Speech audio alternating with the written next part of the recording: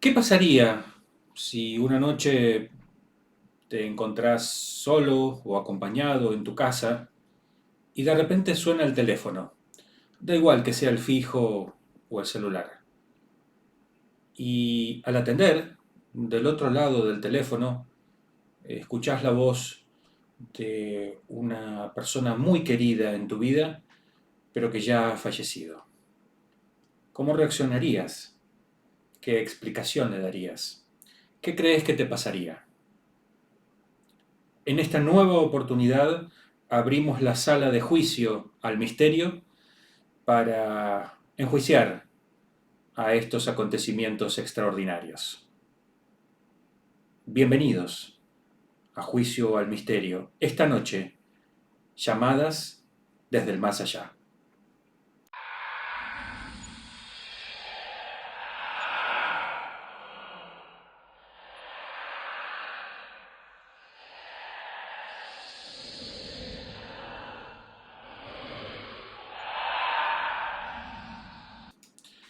Sirva la introducción que dimos en principio para traerlos a este tema que ha sido discutido y debatido largamente durante decenas de años. En primer lugar, les doy la bienvenida y les ofrezco mi más sincero agradecimiento de que una vez más me den la oportunidad de ingresar allí en el lugar donde se encuentren por cualquier dispositivo que esté conectado a Internet para contarles una historia y para que juntos podamos sacar conclusiones. Esta noche hablaremos de llamadas del más allá o del más acá, o de la conclusión que al final ustedes eventualmente quieran sacar. Pero primero, para ir adentrándonos en lo que será un poco la explicación de este fenómeno, me permito introducirlos en él contándoles algunas historias que se encuentran bien documentadas en la bibliografía que ha hablado sobre el tema. Vayamos a nuestra primera historia. La conocida escritora Susie Smith escribió en su libro The Power of the Mind, el poder de la mente, una historia que realmente me apetece traérselas a ustedes para que comencemos a sacar conclusiones. Una historia que obviamente llama la atención.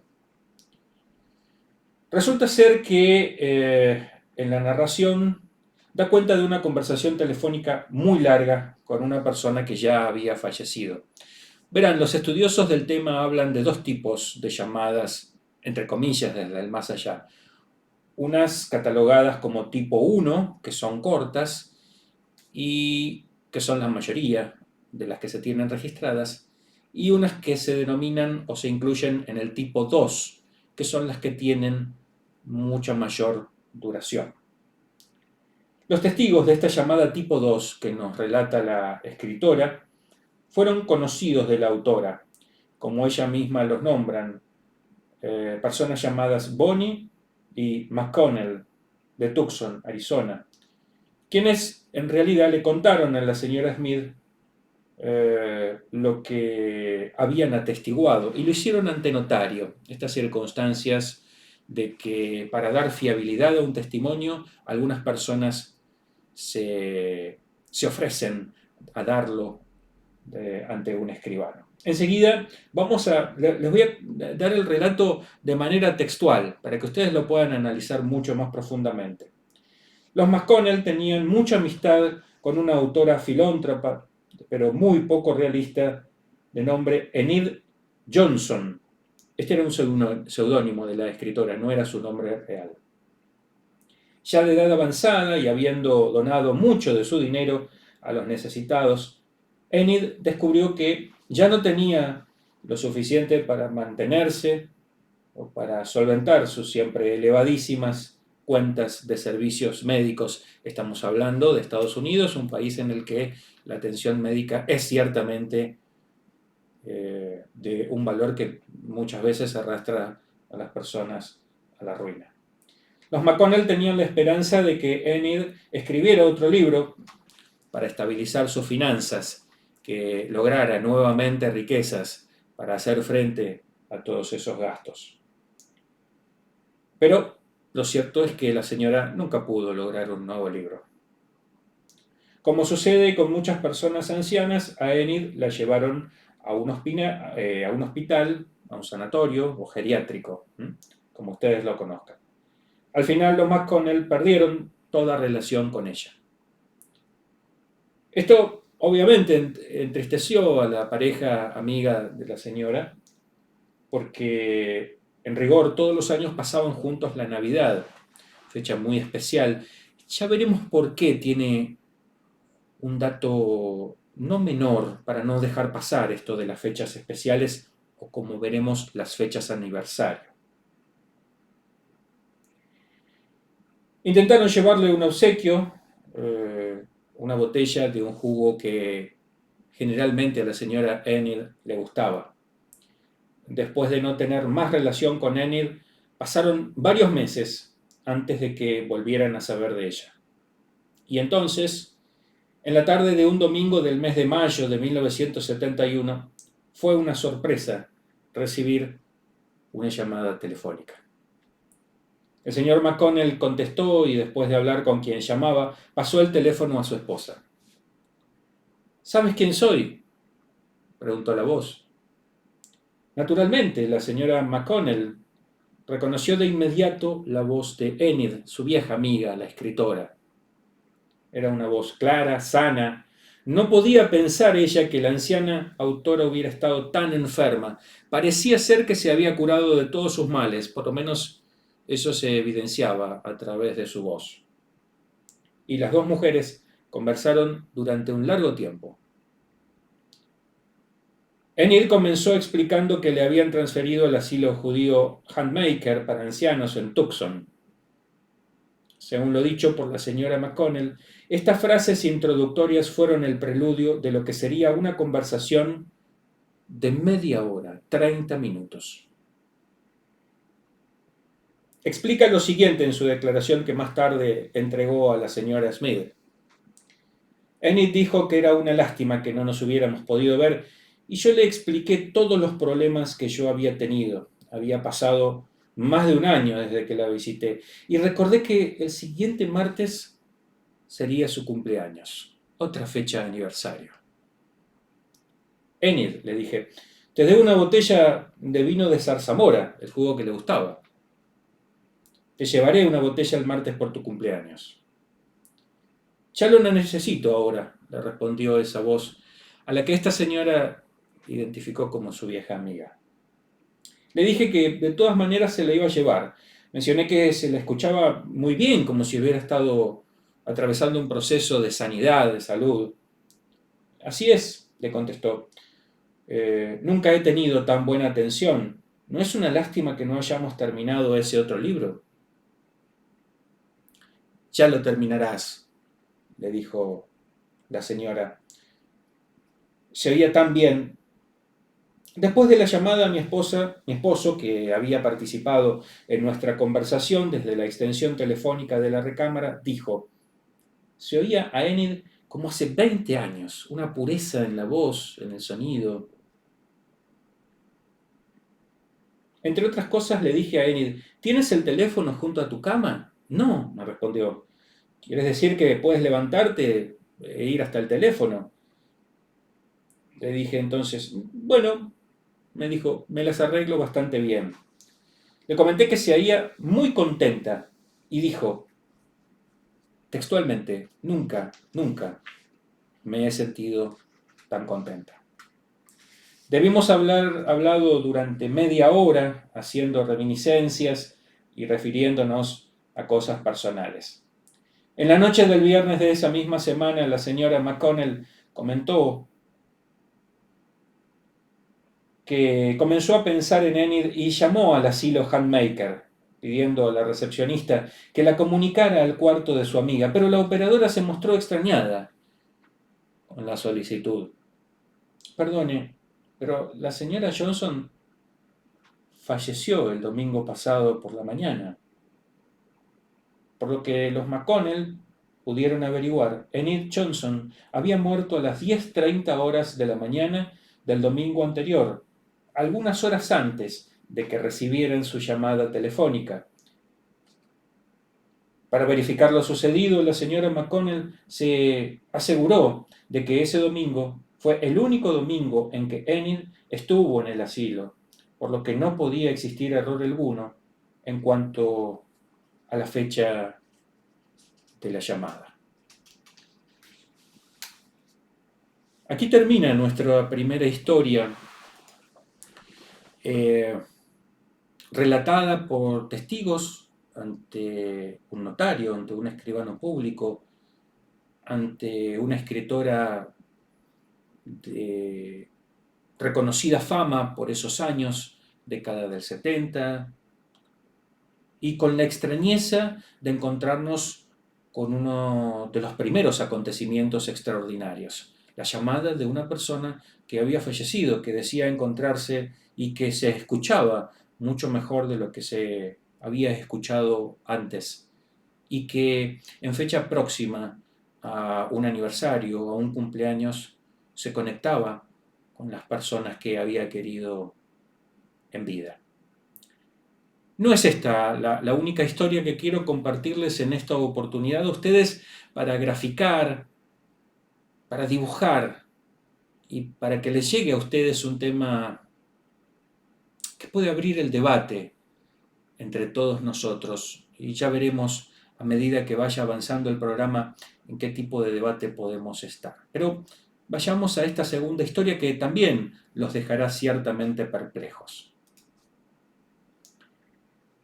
Esta segunda historia está relatada por la doctora Thelma Moss del Instituto Neuropsiquiátrico de la Universidad de California, Los Ángeles, UCLA, como se la conoce.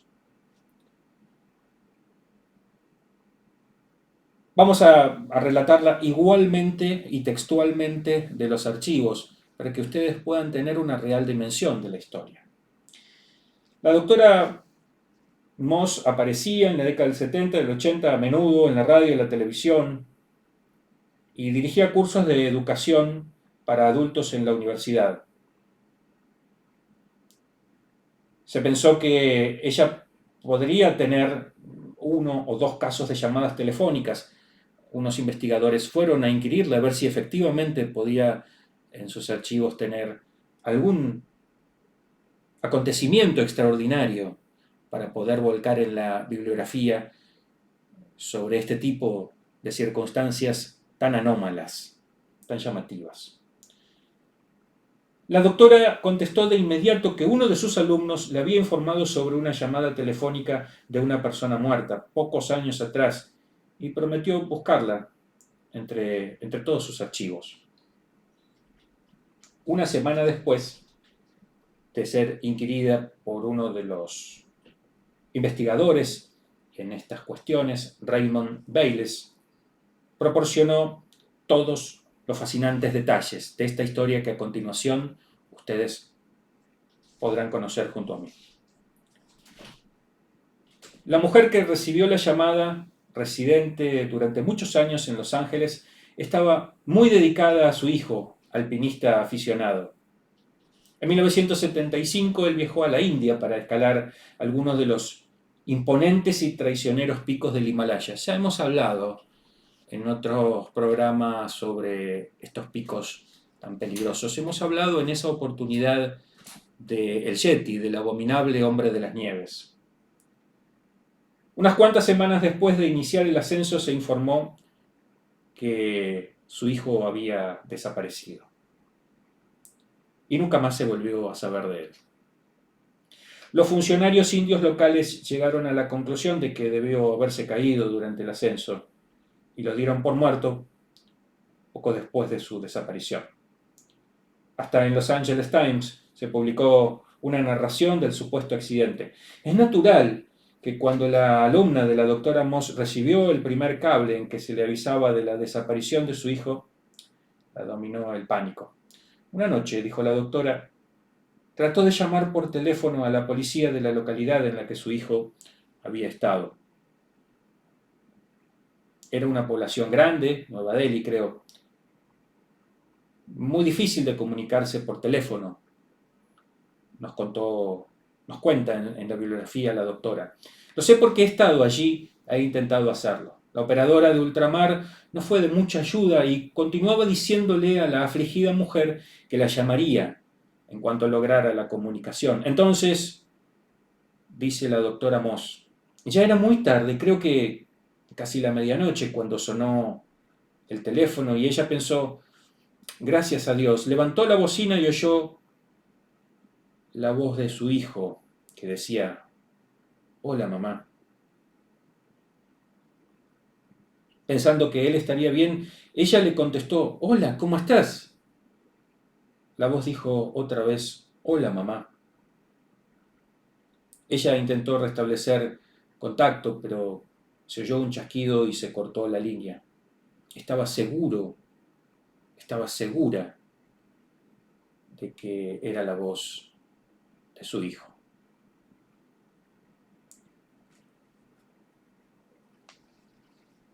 Otro caso extraordinario, otro caso impresionante, otro caso que nos llama a la reflexión. Pero comencemos a analizar un poco de qué se tratan estos acontecimientos. ¿Qué es lo que han hecho los estudiosos o lo que han dicho los estudiosos al respecto? Y finalmente podremos sacar algunas conclusiones. En el devenir de la recopilación de los cientos de casos que se han pronunciado sobre este tema, parece ser que se han estipulado 3 tipos de llamadas del más allá. Una primaria que podríamos identificar con la hipótesis espiritista, que vendría a explicarnos que personas que ya han fallecido, que se encuentran del otro lado, que se encuentran en el más allá, y esto corroboraría la existencia del más allá, de alguna manera logran entrometerse en las líneas telefónicas y nos llaman en determinados momentos, en determinadas oportunidades, para avisarnos sobre alguna cuestión o para que simplemente los recordemos o para enviarnos algún tipo de mensaje. Algunos otros estudiosos se dedicaron a dar cuenta de una segunda hipótesis que explicaría estos llamados teniendo como causa seres que habitan en otras dimensiones y que para jugar de alguna manera una broma o para querer interrelacionarse con nosotros, que estamos ciertamente en otra dimensión que ellos, se comunicarían, utilizarían los sistemas de teléfonos, los sistemas vocales, los sistemas eléctricos para poder comunicarse con nosotros. Podríamos llamar a esta segunda hipótesis con una causa que descansa en seres extradimensionales. Y una tercera hipótesis que refiere directamente a nosotros mismos, a nuestro inconsciente, a nuestras ganas de volver, si no a ver, por lo menos a escuchar a esas personas que ya no tenemos cerca y que tanto necesitamos. Para esto, los estudiosos se han dividido en 2 grandes grupos. Los supervivencialistas, aquellos que creen que efectivamente hay un mundo más allá de la muerte, hay un más allá, hay una supervivencia del hombre del ser humano, cuando se termina nuestra existencia física, y los antisupervivencialistas, es decir, aquellos que tienen la capacidad de creer que tenemos fuerzas anómalas, pero descreen absolutamente de la existencia de un mundo más allá de nuestra existencia física. Es decir, que no creen en el más allá. Pero ¿cómo es posible que estos acontecimientos se produzcan, estas llamadas? Podemos unirlos solamente al inconsciente de aquellas personas que han sido testigos y nos han redactado estas historias. Bueno, miren, si bien no vamos a ingresar en este caso al que haré alusión muy brevemente, sí les puedo contar que un experto en parapsicología, un psicólogo, un médico, doctorado, el doctor Hans Bender, que dirigió en la década del 60 y del 70 la división de parapsicología de la Universidad de Friburgo, tuvo oportunidad de ser convocado a uno de los eventos sobre los que más documentación hay en los eventos paranormales, que es el famoso evento o incidente Rosenheim. ¿Qué sucedió? Bueno, se trataba de un bufete de abogados, de un estudio de abogados en Alemania, en donde en determinado momento comienzan a ocurrir una serie de eventos extraordinarios, paranormales.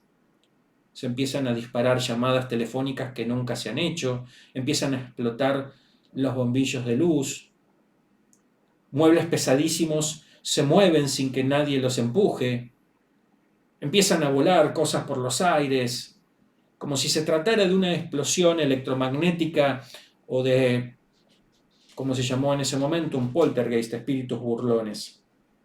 Convocado que fue el doctor Hans Bender, y luego de realizar una serie de estudios muy profundos sobre los acontecimientos que ocurrían en aquel estudio jurídico, en aquel bufete de abogados en Rosenheim, llegó a la cuenta de que había una persona en particular que cuando se encontraba en el lugar, todos estos eventos se disparaban, pero que cuando no estaba, efectivamente estos eventos dejaban de suceder. Se trataba de Anne-Marie Schnabel, que era trabajadora en ese bufete de abogados y que rápidamente el doctor Bender pudo designar como aquella persona de la que brotaba una especie de psicorragia o de fuerza electromagnética que provenía obviamente de ella y que hacía que todos estos eventos extraordinarios se sucedieran a su alrededor. De suerte tal que esta mujer fue despedida de ese bufete de abogados, pero que cuando se dirigió a trabajar en otro lugar, esos eventos dejaron de ocurrir en el estudio de Rosenheim y comenzaron a ocurrir en el lugar a donde esta persona se había dirigido.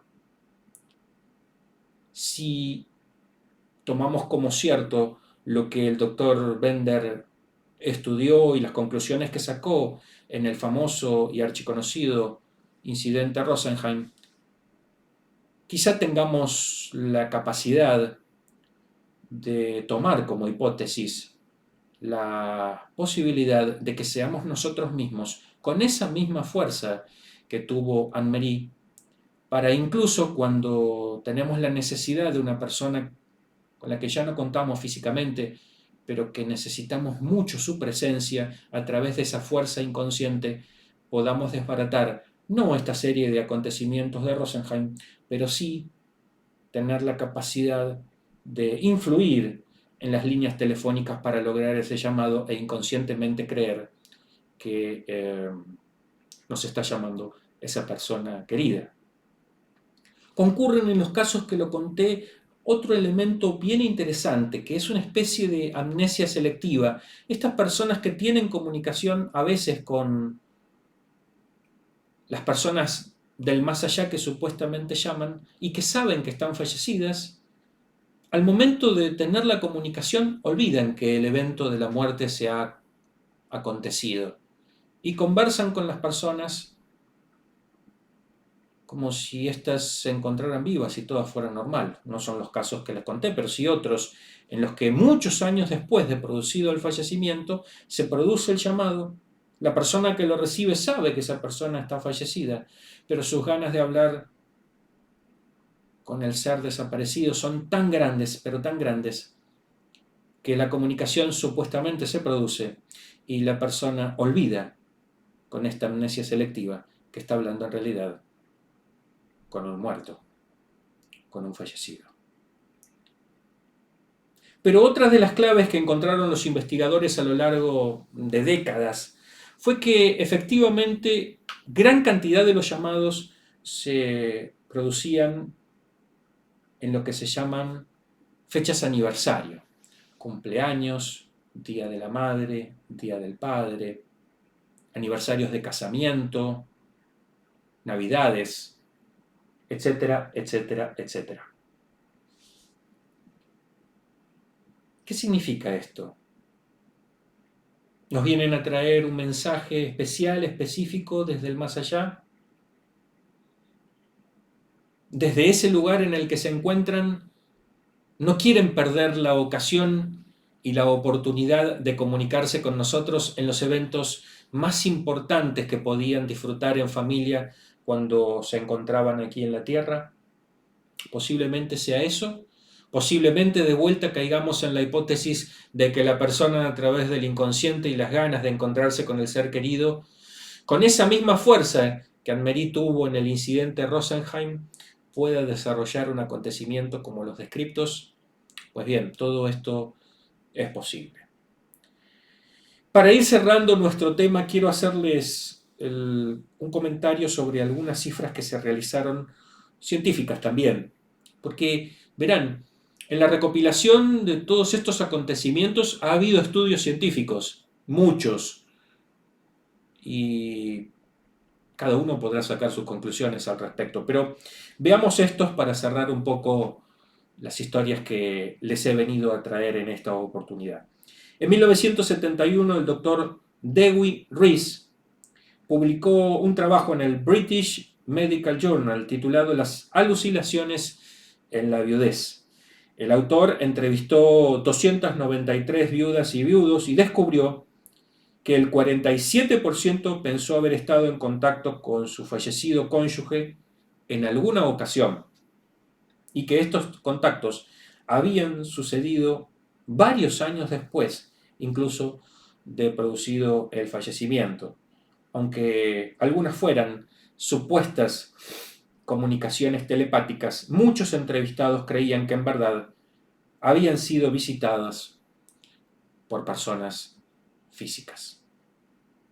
Bien, hasta aquí las historias, hasta aquí los datos, y les pido entonces que me acompañen hacia el final del programa para la sentencia y para las conclusiones finales.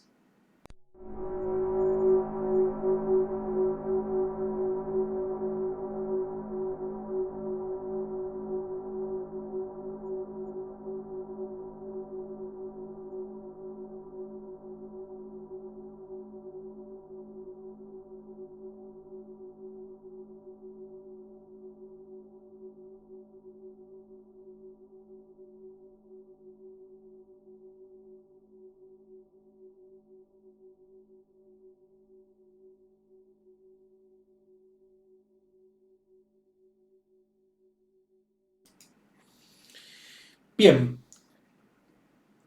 ¿existe el más allá? ¿Podemos dar cuenta de la existencia de la vida después de la muerte? Ya hemos hablado y ya hemos dado sentencia respecto de este tema. No podemos ser concluyentes al respecto porque para poder serlo deberíamos tener la capacidad, más allá de toda duda razonable, de ir y de poder volver y de poder traer algún elemento fidedigno e indubitado sobre la existencia de ese otro mundo. Tenemos las dudas de lo desconocido. Pero les he contado historias que están atravesadas siempre por un elemento crucial, que es la desaparición de una persona importante en nuestras vidas. No importa de quién se trate, no importa si es un familiar directo, si es un familiar muy querido pero no tan directo, si es un amigo, sea quien sea, que haya formado parte de nuestros afectos y ya no pueda acompañarnos físicamente en este mundo. Esa desaparición física es lo suficientemente importante por lo que esa persona significaba para nosotros, como para que muchas veces ese dolor tan grande y tan profundo pueda, eventualmente, disparar o gatillar estas fuerzas que la ciencia sí ha medido y que en alguna manera, de alguna manera, ha encontrado.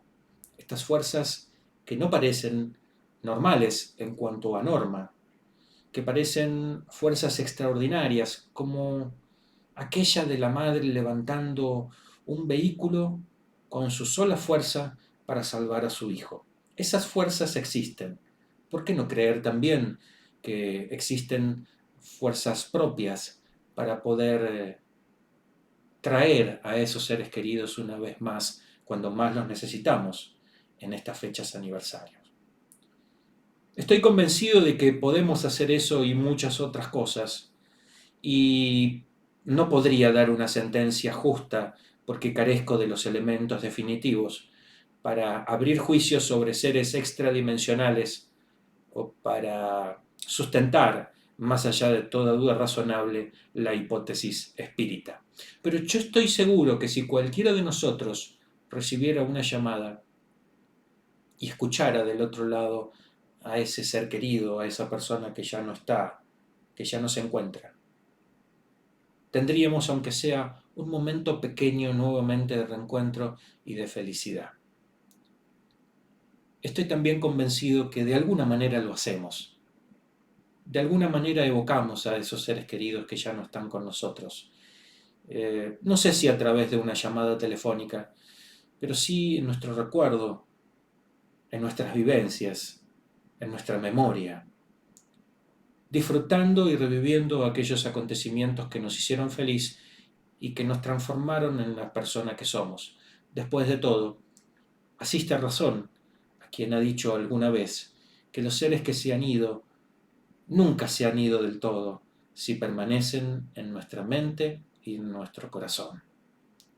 No dejen ustedes entonces que esas personas que tanto han querido desaparezcan definitivamente, haciendo solo una cosa: no los olviden.